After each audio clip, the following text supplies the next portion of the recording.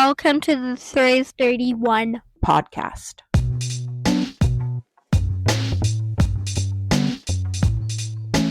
All right. Good morning, everyone, and welcome to another episode of the 331 podcast, the place to hear from the most interesting people on the Lower Mainland and around the world. My guest on the show today is Mr. Fred Fox. Fred is the older brother of a truly extraordinary and, yes, I would say legendary Canadian Terrence Stanley Fox, better known as Terry Fox. Fred and his family have carried on his younger brother Terry's dream of curing cancer once and for all. To date, the Terry Fox Foundation has raised over $900 million towards cancer research in Canada. The annual Terry Fox Run is the world's largest one-day fundraiser for cancer research with millions of participants in over 60 countries. Fred Fox, welcome to the show. Thank you, Chris. Great to be with you. And I'm going to say that after this 45th anniversary that we had celebrating Terry's Marathon of Hope and the Terry Fox Run, we've actually hit the $1 billion mark. The $1 billion mark. Yeah, wow, that's amazing. Yeah. I was thinking about that. Like, you're getting so close to that. That's incredible. Yeah. $1,000 million. That is truly something that's mind-boggling. Wow. Yeah, it is. Congratulations. But I don't usually mention that, but the more importantly is the impact that it's had on lives.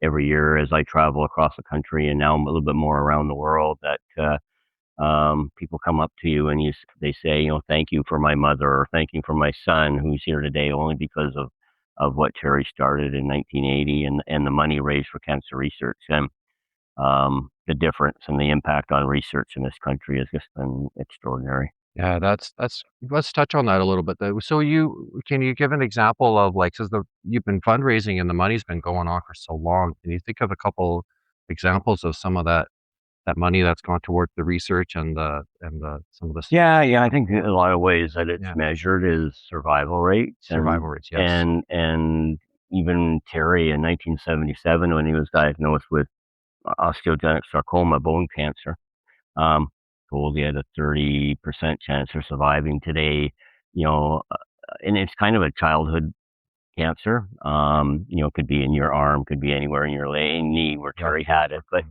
But today somebody diagnosed with that same type of cancer, their survival rate would be in the 80% range. Childhood leukemia back in the 70s, 20% survival rate. Today it's in the 90% range. Yes. So it's just the focus is always been for Terry, and why we continue it today as the Terry Fox Foundation is research. There's obviously money needed for other cancer care and education and all that, but Terry, when he was diagnosed, he did some research and found out that cancer research was the way to go, and that's why we do it today. And the impact has been amazing. Oh, it's been amazing. Like you said, $1 billion. It's incredible. Fred, for those who might be listening who don't know the story of your brother, could you please explain what Terry Fox did? Yeah.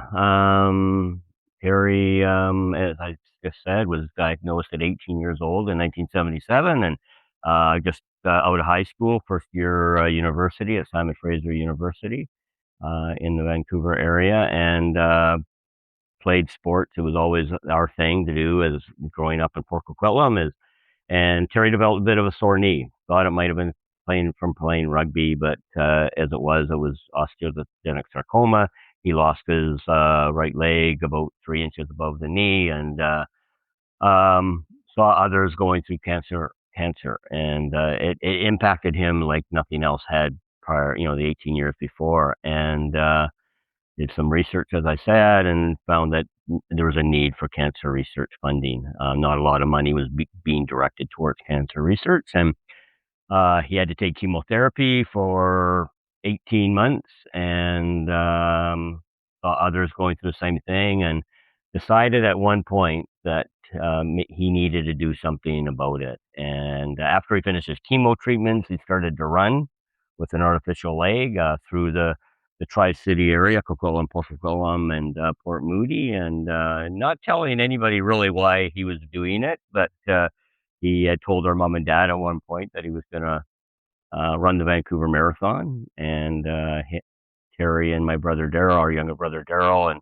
Terry's best buddy Doug Allward went up to Prince George to run I think it was about a 20-kilometer race up there. and Terry ran, finished last place, but it didn't deter him. That's not what it was about. It was about, getting across the finish line, and came home and told our mom he was going to run across Canada to raise money for cancer research. And Terry started that on April 12th, 1980, to run across Canada, raising money for cancer research, and inspired at that time a whole country in what he was doing. Yeah. I'd love it if we could go back a ways to when you guys were siblings, when you were just kids. What memories do you have when you were still in Winnipeg or when you moved to the Lower Mainland? Yeah, we moved from Winnipeg. Our whole family, mom and dad, were both born in Manitoba. Terry, Gerald, Judy, and I were all born in Winnipeg, and moved here in 1966 to British Columbia. My dad worked for the Canadian National Railway and got tired of working outside in those cold Manitoba winters, and we came out and lived in Surrey in the Guildford area for a couple of years before we moved over to Port Coquitlam in 1968. And so growing up in Poco was an amazing place. It was small in the 60s, early 70s. A small place, great place to grow up, great place to play sports. One high school in town, and that's where Terry became who he was, playing sports. Terry would be the first one, if he was sitting around the table here with us, to say that he wasn't the best player, wasn't the best athlete, he wasn't the best student in class, but Terry had to work harder than anyone else. And I think, and that's how we were raised, working hard, not giving up.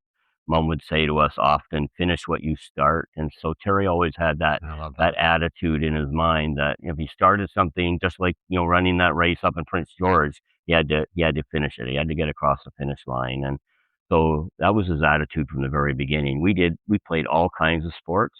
In fact, we would come over to this area in Pitt Meadows a lot as teenagers on our bicycles with our golf clubs on our back, riding bikes over the Pitt River Bridge. Back then, it was only a 2-lane bridge, and playing golf at Meadow Gardens, the old Meadow Gardens, or Maple Ridge Golf Course. And it's just what we did. We were very active. We picked blueberries when we were kids, teenagers, in the summer holidays to make a little bit of extra money, not only here in Pitt Meadows, but in Port Coquitlam we picked blueberries. And so it was a great time to grow up in this area. And in grade 12, Terry won Athlete of the Year, didn't he, for his high school? Yeah. Where did that drive come from? Was that always an internal thing, or was it sort of an internal competition between you and the siblings, or? Yeah, it was just the way Terry was. Yeah. Like, that was grade 12, but when he was in grade 8 in Mary Hill, at junior high school in Port Coquitlam, junior high was grade 8 to 10. And grade 8, Terry tried out for the grade 8 basketball team. Coach came to him after tryouts were done and said, you know what, I'm not sure you're going to fit in with the team. Maybe the wrestling team, maybe the cross-country running team would be more suitable for you. And that just gave Terry a challenge. And he never quit. And by the time he got to grade 10, final year of junior high, he was one of the starting players and the captain of the team. And then once he got to high school, to Port Coquitlam Secondary, it just continued. Terry's grade 12 year, he decided he'd play rugby. Never played rugby before, played rugby, and so he was an all-around athlete. Like I said, he considered himself not the best athlete, so he had to work hard and to be drive. And I think part of that winning Athlete of the Year was not because he was the best athlete, but he was the most dedicated, committed athlete. And today, recognize where he came from, how hard he worked. Yeah, and it was just that drive that our parents taught us, especially our mom, that work hard. It was important to work hard and never give up and finish what you start, as I said. And today, the Terry Fox Secondary, which was renamed Terry Fox Secondary after Terry in the mid-'80s, they have an award called the Terry Fox Award, and it's dedicated to an athlete who maybe not be the best athlete, but the hardest worker, one that's shows the most dedication.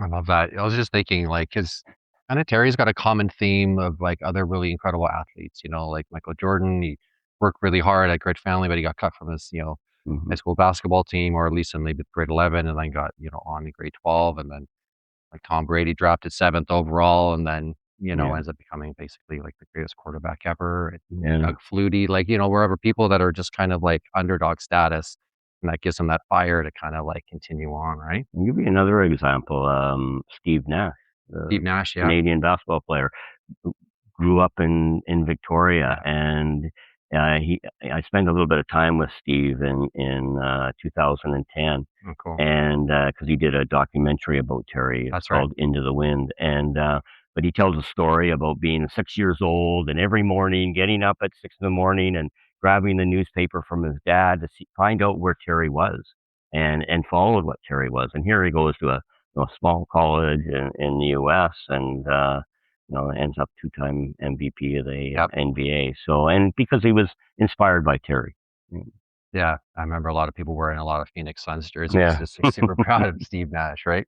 Yeah. So Terry gets into this truck accident, some kind of like a fender bender, Yeah. right? He hurts his knee, sort of brushes it off, thinks that it's not, really anything to worry about, finishes his basketball season, right? Yeah. And eventually he gets x-rayed. Then they find the cancer in the knee, the amputation. Then now he's going through the chemotherapy. So is that where that sort of seed, that idea of maybe, running and fundraising for cancer research started? Yeah. Was doing those chemo treatments? Yeah, it was definitely going into Vancouver General and taking the chemo treatment, and seeing other young and older going through the same thing, and it changed his life. Terry would often say, as he was running across Canada in 1980, and he would do these speeches, he would often say that when he was younger, teenager, maybe all he cared about was himself. Mm. You know, he might have been a little conceited or whatever, and thought about himself. But seeing others go through what they were going through and taking chemo changed his life. He realized that it wasn't all about yourself. It was more important to help others, and that's what changed his mindset. He wanted to make a difference. He wanted to do something about it, and so that changed his life. He would come back home after a chemo treatment and go back and look for somebody that he had befriended a week or two earlier, and they had passed. And so that's why he wanted to do what he did. I was going to ask about that. Was there someone that he met during the treatment that he connected with, or maybe a similar age, or was there somebody he talked to you about that really made an impact on him when he was? I wouldn't be able to mention it, or don't know of any specific names when it came to other cancer patients, but there were so many other people. I mean, there was, the nurse, Judith Ray, that when Terry was first diagnosed with cancer, and here he was, of course, 18 years old in shock, and I think she did a lot to support him and give him confidence that everything was going to be fine moving forward and all that. So there's different people that were. You had a great support system. Going to Simon Fraser at university and playing basketball there. The team was great. Lauren Davies, who was the athletic director up there at the time, was a great support to Terry. Jay Triano was going to Simon Fraser at the time, so it was a big supporter of Terry's as well. So we had lots of support. And we'll be right back. Hey everyone, can I let you in on a little secret? If you're looking for fresh fruit, tasty vegetables, friendly staff, and great local source meat, there's one place we always go: LAYNE Farmers Market. My family has been shopping there for years, and with 7 locations across the lower mainland, there's probably one near you. It's where we like to shop, and honestly, we think you will too. And back to the show. Do you remember Terry Fox planning the route, the Marathon of Hope route, when he was starting to come up with the idea and actually get into the nitty gritty of how he's going to do it and where he's going to run and all that? Remember? I wasn't that involved with that. Terry and I are 14 months apart in age. I'm older by 14 months. So by the time Terry was running and starting to train and prepare for what he was going to do, I wasn't living at home anymore. I had moved out, Okay. and so I didn't experience it firsthand. But all of that planning and the route happened with his good friend Doug Allward. Okay. And Doug was a very competitive runner back in high school, and then later as well. And so they figured they were working that out as well between themselves, what the route would be, and how Terry had it down to every mile, how far he had to run every single day to get home by a certain time. Okay. And so they worked on that very closely. That's cool. So Yeah. that was the preparation. Him Yeah. and Doug kind of like Yeah. brainstorming it, getting in there. Yeah. And I mean, I think the plan was he would, had to run 30 miles every day to get home, leaving in April 12th, and getting home, early, late fall kind of thing, October. So it was about 30 miles a day that he anticipated that he would have to run. And so on April 12th, he's arrived. Doug's there. The van. Did they get the van in St. John's, or did they kind of take it on the ferry and bring it over from? They did get it in St. Yeah, John's. it arrived. They arrived before the van did. In fact, Terry wrote in a journal Yeah. every day Okay. of his marathon of hope, and documented how things were going every day, how far he ran, what the weather was like, and all that. And but he started that a little bit before April 12th, and there's some notations there about they were really quite worried because they had arrived on April 9th, and the van hadn't arrived in St. John's yet, and the plan was to leave by the 12th. So it eventually arrived in time, so for them to use, and that's what they through Newfoundland. They kind of lived and ate and slept in this camperized van that we still have today. I was trying to imagine that. So did they, after like he ran the marathon? I mean, it's a marathon a day. It just Hmm. sounds amazing. Yeah. Like I researched, that'd be like running from downtown Vancouver to Squamish, like Right. every day. So did he, when he ran the 26.2 miles, go to like a motel and kind of rest, and that would be where he would kind of like shower and then go back to the starting point of where he last left off, and then continue running from there? Like, how did Yeah. they kind of break down day Yeah, to day it as it far as? was all that's kind of how it did. I mean, a lot of times they did stay in a motel that had been donated for them, but Okay. most of the time they were um, in the van, but they couldn't just when Terry stopped and finished his 26 miles that day, or 42 kilometers, they couldn't just stay parked on the highway. You're right. They had to find an RV park, or Yeah. maybe a motel parking lot that they would stay in, or wherever it was. And they would put a pile of rocks on the road, Oh, on the okay. on the side of the road, and mark where they were, and of course make it, recognize where they were and everything else. So there were some days where um, they maybe couldn't have found that rock that they had left, and they would go further. They would go backtrack maybe a mile or two to make sure. Terry never wanted anybody to say that he didn't run a Yeah. mile. So some days he would probably reran a couple of kilometers that he had ran the day before, just to be sure that he did what he was doing. Wow. Yeah. I also I like researching for this interview. He didn't want to wear pants, because it's Hmm. cold. He wanted to show off the prosthetic Yeah. leg. He wanted to show off, not show off, that's not Yeah. really the right word, but he wanted to wear shorts despite the elements, and Yeah. and and and just do it the right way, like you said. Didn't want anyone to say like you were, you Mhm. sort of cheated here, you didn't do this here. It's like, no, that's not happening. Yeah, and part of that was, here it is, 1980, and he's running on a prosthetic, an artificial leg that was designed for walking. Back in the 70s and 1980, there was no such thing as you watch the Paralympic Games today and you see what the athletes are wearing today for running. Right. That didn't exist 45 years ago. And so no one had done that before. No one had run a marathon every day across Canada, and Terry wanted to let people know. So yeah, when he left St. John's, the first 3 or 4 days, they ran through snowstorms and everything else, and he was running with shorts on, and just so people could see what he was doing. Absolutely. Did he call home a lot? Did he try to keep in touch as much as he could? He did call home Yeah. and talk to my mom a fair bit, mom and dad, but mostly mom. And when he could, he wrote people postcards. I've got 4 Oh, postcards cool. from Terry that he wrote. One from Newfoundland, one from Nova Scotia, Cape Breton, and PEI. After that, it got way too busy. Right. The time was so busy. Not only was he running every single day, but he had to stop.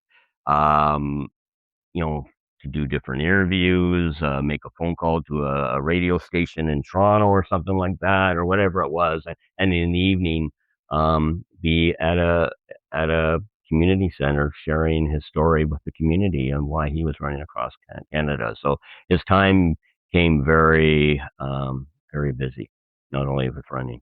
Was Doug really involved with like his food prep and what he ate and kind of amount of sleep? Is he sort of on track with all that? He was up at 4 in the morning every Yeah, Terry, they were up Yeah. at 4:30 in the morning on the road by 5, running every day to get the 6 kilometers in, and that was mainly Doug's job, was to drive the van. Doug would drive the van, stop every 2 miles down the road, and that's where Terry would have a bit of a water break, maybe an orange. He would prepare some of the food. Terry would say Doug was the worst cook ever, but and I think the thing was maybe pork and beans out of a can. That was Right. his specialty. Um, and also phone ahead to the media and all of that. So as you can imagine, here they are, 2 young guys, 21 years old, never been away from home Right. really before, and trying to work together, and not everything's going to work out the way they'd hoped and get along the way they hoped. So our brother Daryl joined them in New Brunswick. Daryl graduated from high school the spring of 1980, and joined them in New Brunswick and was able to help out with some of the tasks that needed to be done.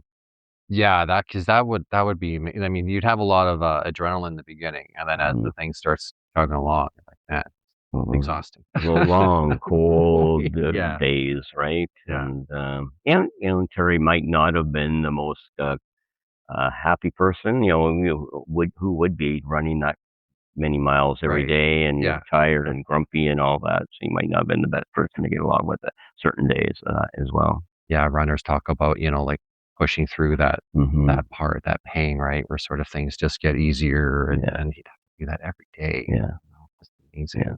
Did he talk about that time, read a neat sort of story, like, this Dartmouth, Nova Scotia, where he was running towards a vocational school, and then 50 students kinda started running with them and gave him a check, I think, for $3,000 that Mm, they raised. Did he yeah. tell you about that story at all? No, not specifically, no, but it amazed Terry. I mean, that happened a lot in different areas, so Yeah. not Dartmouth, but in Cape Breton as well, and other places.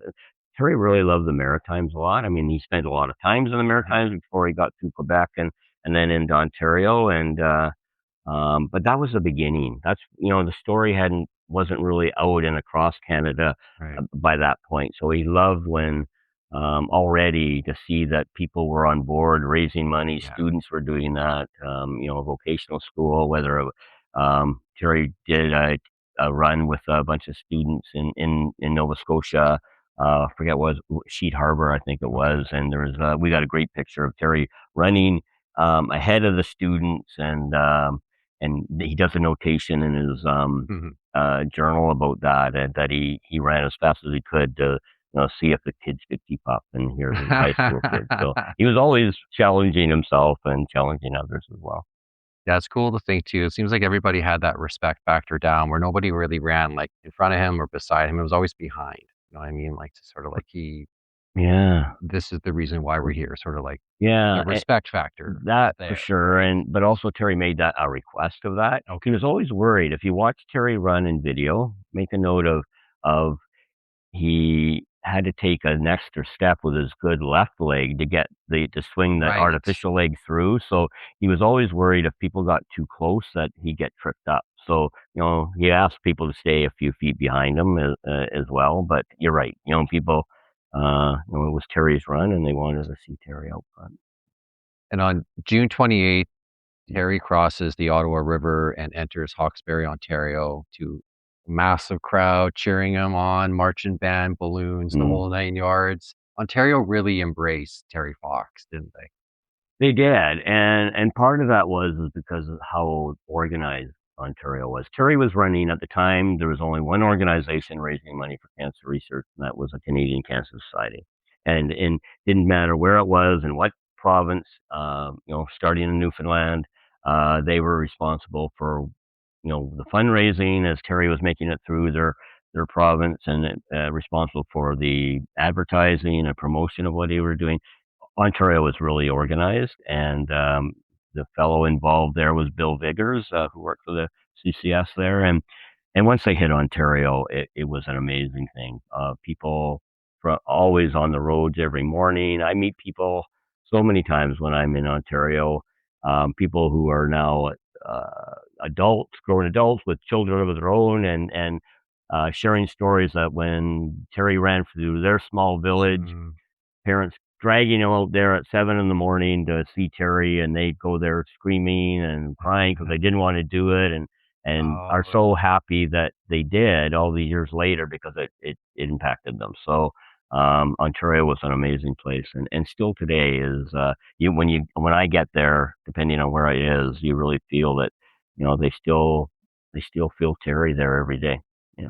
Yeah, I mean, I was only 1 years old when that run was going on, but I remember when Rick Hansen was doing his tour, and that was a big deal.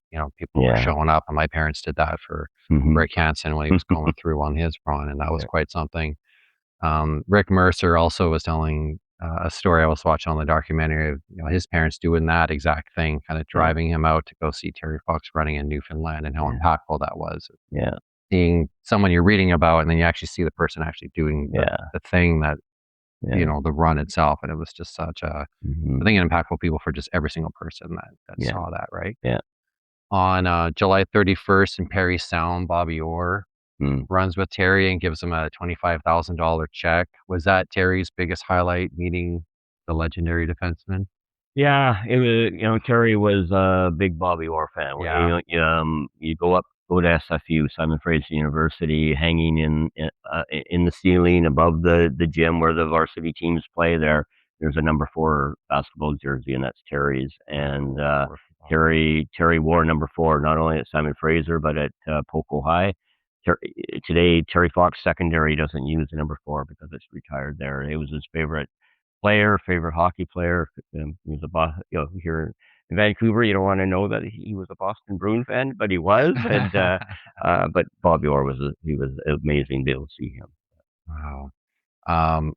Also, Gord Dixon gave Terry his gold medal when he ran a marathon at the 1960 Olympics, and gave Terry Fox the gold medal, saying a massive amount of respect for that. Did he talk about that event at all? Not much, Terry, but I mean, Terry was so appreciative of that, and it's amazing to have somebody like that recognize what Terry was doing. Running a marathon is hard. I've ran 3 myself, and the last one about 6 years ago. But congratulations on that. It's a hard thing to do. But for him to recognize what Terry was doing every single day, and running 143 of them on an artificial leg, and doing that, Terry appreciated the recognition. I mean, it just defies years. Like someone doing that now is just as incredible as it was back then, or you know what I mean? It's just that it's so, you can imagine how hard that is on someone's body. Yes. Yeah. Really amazing.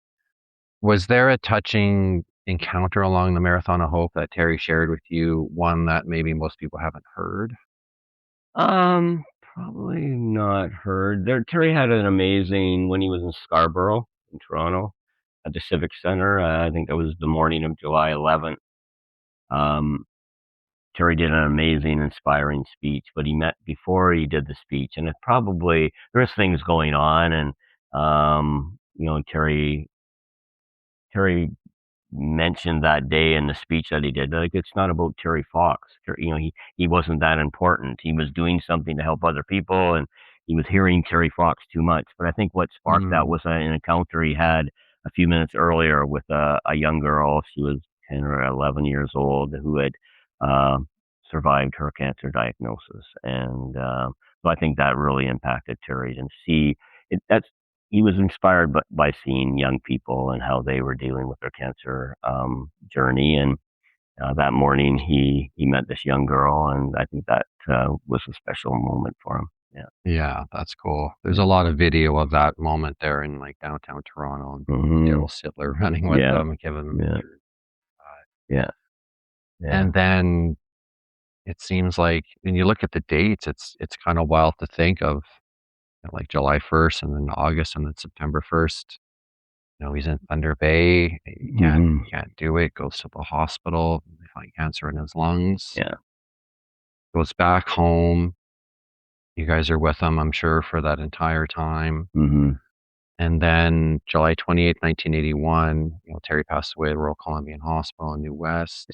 Can you tell me a little bit about that day, about sort of the Mm. last 48 hours and that time there with him? Yeah, it was, that whole time from I was with Terry in Wawa, Ontario, about 12 days before I had to stop in Thunder Bay. So, and then the time after that is almost a bit of a blur. It was so lots of attention and all that going on. You know, the Christmas before Terry passed was a very special one. And that time, Terry's health was slowly getting worse. And then, around that time, June 28th, 81, we were all with Terry, that day. I remember the day before, being in the hospital room with Terry, and we got a visit from, one of the Vancouver Canuck players. His name was Tiger Williams, Williams.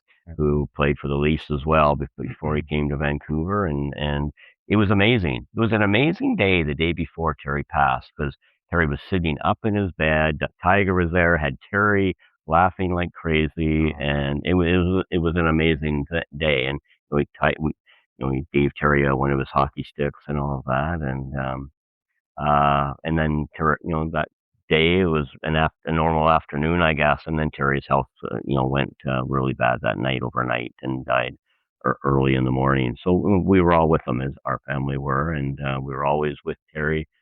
I wasn't living at home at that time, but my wife and I were there along with mom and dad, Daryl and Judy, and it was a time for us to be with him, like any other family would be with one of their loved ones.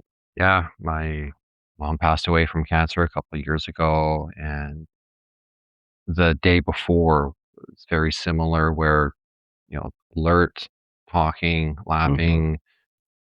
She loved coffee for her whole life, and then when she started doing chemo, she all of a sudden just didn't drink coffee Wow. anymore. She didn't like it. But then I had come in with like a latte, and she smelled the coffee in the latte. She's like, some of that. I'm like, oh yeah, for sure. Yeah. Wow.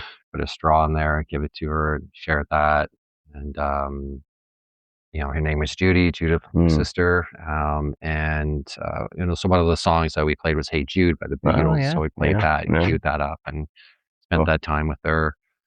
So, I was kind of recollecting on that sort of what was that day like the day Right. before for Terry? Because Mm. I don't know, I've only had that one encounter with cancer like Mm. that, but Yeah. Yeah. so now all these years later, you've done so much for Mm. research and your family.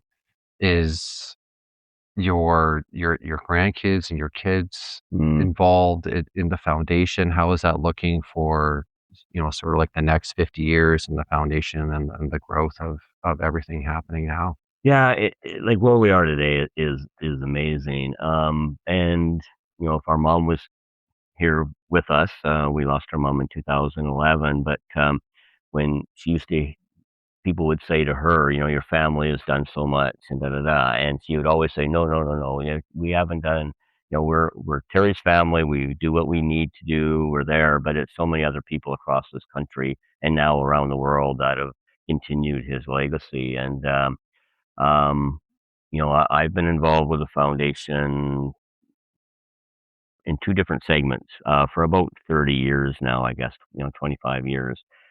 Brother Daryl has been involved. My sister Judy has been involved over the years, and um, our our between Judy, Daryl, and I, we have 9 children, and none of them met their Uncle Terry. Right. And I have the three oldest. My son was born 2 years after Terry passed, and um, they all know who their Uncle Terry is.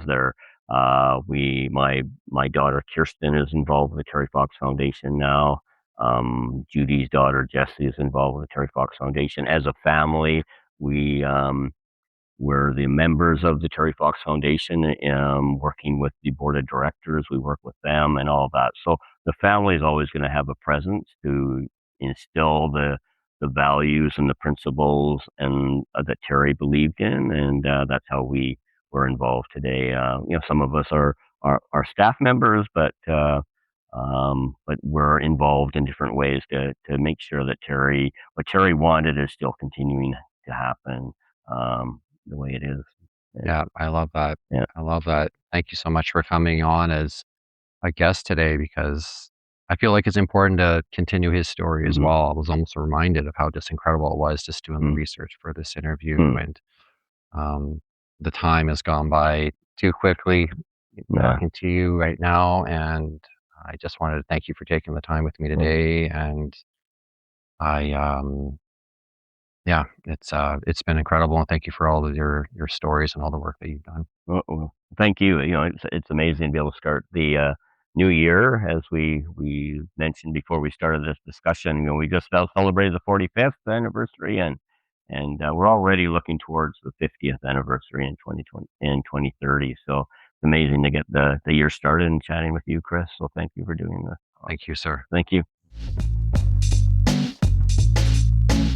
And now for the podcast's featured artist. This band is out of Liverpool, England. She describes this single as a soundtrack to the film I'm living. Here is Cry by EVA, LAYNE, and the DOLLS.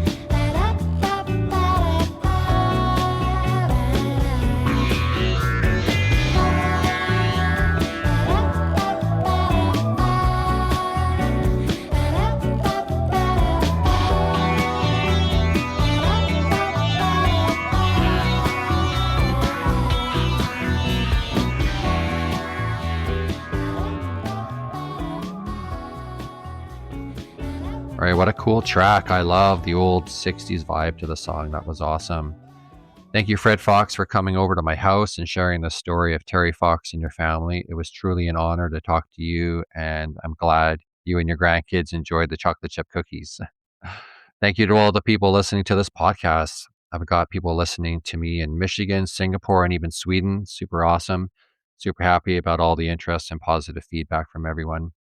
If you would like to support the show and help me get better audio equipment, I set up an account at buymeacoffee.com/Chris Taz. You can find it in the show links. And thanks to my son Lincoln for doing the commercial for this episode. Music by Unwritten Stories, and the featured 331 podcast song was Cry by EVA, LAYNE, and the DOLLS. You can find the link to her song on the show links as well. All right, that's it. Be sure to rate the show and drop me a comment below. It really helps me out. Thanks for listening. That's it. That's episode 11. Have a good day, everyone.